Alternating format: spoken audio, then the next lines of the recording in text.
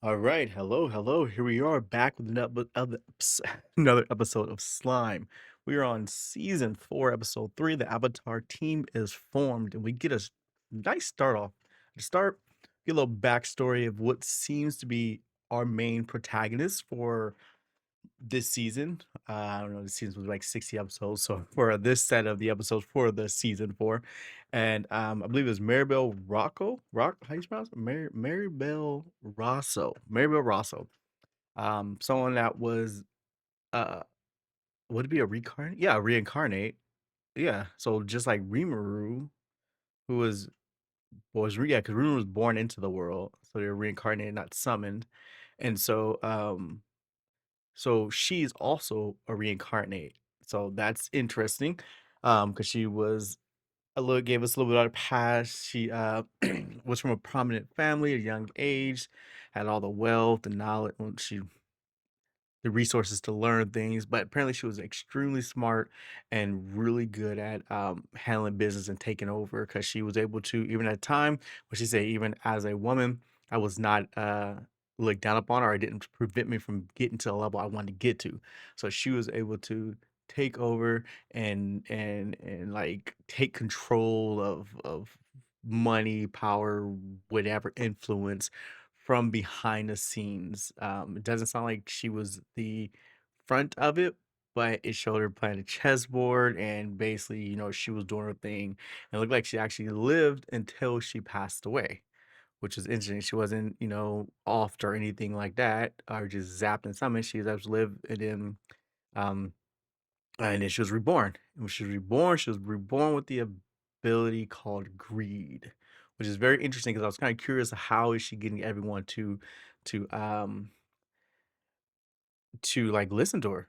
Like is she is she I don't know, gaining power by blackmailing or something like that. I don't know. But turns out the power of greed, it shows that when she's born, she has the wet nurse comes up and her parents says, "Hey, this is who you're gonna be taking care of. This is our daughter. Her name is Maribel. Come and take a look at her." When she takes a look at her, Maribel's eyes glow red and then are like a violet red color, and it's so does the wet nurses. And we find out that the power of greed allows you to control people through their desires, through their greed, which is pretty cool.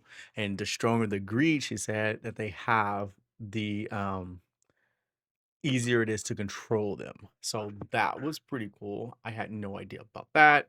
Um, we also learn about her grandfather, um, the one that's in charge of all the Razo, and apparently he's been alive for over 1,000 years because the parents mentioned that no one's allowed to see him, not even his descendants, unless he deems it. Um, and when they said descendants, I was like, descendants, what do they mean? And then they mentioned that when she goes up to meet him, mentions that uh he's been alive for, or he was one of the heroes over a millennium ago, which is 1,000 years. So we know he's at least 1,000 years old, which is insane. That's insane. Um, so she finally goes up and she meets him, talks to him, and then he asks her, "How come you didn't try to control me?" And she tries to, play coy. "Oh, what you talking about? I didn't know what you're talking about." And he's like, "No, I know you got everybody under your thumb, under your control, and this and that." And so she lets him know, Maribel lets him know that your desires or your greed is much is the highest she's ever felt, but at the same time he can control it because ultimately he wants humans to rule the world. She wants to rule the world, so they have really the same thing. And it's not like he wants to rule the world. He wants humans to rule it, and then he says at one point that he wants her to take over rule of the world once they rule the world. The Razos to rule the world, and he wants her to be the forefront of it. So, of course, there's no even need for her to try to, which I don't think she would be able to control him. But there's no need for her to even try to if their ultimate outcome is the same. Their ultimate goal is the same. So that's cool. Got a little bit of little knowledge on looks like the main protagonist for this season. I'm really cool, curious to see how it goes. At the end of the episode, it shows something I did watch. I'm behind on my recaps. I did see something from episode 5 that happened, and it showed that someone got assassinated. So loose end got taken care of. And it was interesting. One thing I did notice about this was you seen the bullet before you heard the sound. And that makes sense later on because you're like, dang, that means a bullet is traveling faster than the speed of sound. But you figure out why that is later on, and I'll probably mention that in like 2 videos from now when that happens. But on the lighter side, we got our Rimuru, Ramirez, uh, Vildora, and oh my god, am I really missing what is the little oh my god, I can't believe Milam, Milam, yeah, Milam. Them going on, taking on the dungeon people, still trying to train people in their avatars, which was the title of this episode. The Avatar team is formed, and they're getting their butt kicked. They're all happy and proud of themselves, and they're just going there and they're they're just so god awful.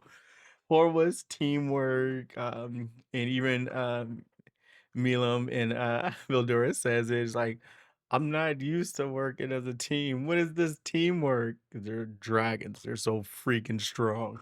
They never need a teammate. Um, but so they go on ahead and they start working out, or training, running upstairs, doing all these other things, continually still getting their butt kicked. And then they finally get to a level to where they're like, I think Ramirez said something. Ramirez is like, "Ooh, that's scary to hear you say like that." I think he said something like, what did he said? Let's go to the low levels and pick on them. So messed up. So messed up. But they end up doing that anyway. Getting strong enough to finally defeat a floor boss. And I don't know if that was on 10 or what, but he finally did it. They're finally celebrating. They're looking to get them some new weapons. So they go to Karube and I forgot the other guy, the what's the name, to get their weapons made. Because they gotta go take on the green team that's just running through. I think they're like 49, and I must admit, when they were going through the level 49 and they went through the slime and it started burning, I thought we were gonna get a little action there. But they put up a barrier before it could, so we didn't see no slime action going on with the what slimes do. They do what they do. They give us the plot. But so they go ahead and they finally confronts them, and Milam is ruthless as her little red slime. She lives up to the title when she got the items assassin, because she took out one, then she took out another one, and then it was just like her cheering and boosting, "Ah, ha, ha, ha," whatever, laughing about how great she is, which is cute. Um, and then you get Vildora, and you got uh oh my god, how do I Ramirez pop in, as a big old as a skeleton knight, and then the big old armor knight, and then Rimuru comes in. He tests something, and I'm really curious on how this is going to play out later. He tries to figure out if he's able to use holy magic while, I guess, in another body, because he believes in himself, and it works, and the green team gets annihilated. And yeah, he starts talking about it, and then while they're having a little party, a celebration afterwards. And I really want to go back and watch that and kind of figure out what he was alluding to and figure out what he's going to do with that. But yeah, that was the recap for the most part of episode 3, season 4, episode 3. The Avatar team is formed. We'll have episode 4, 5, and 6 hopefully out before episode 7 comes out. But yeah, other than that, have a great time. Thank you for joining. Have any comments? Leave them below. Have a nice day.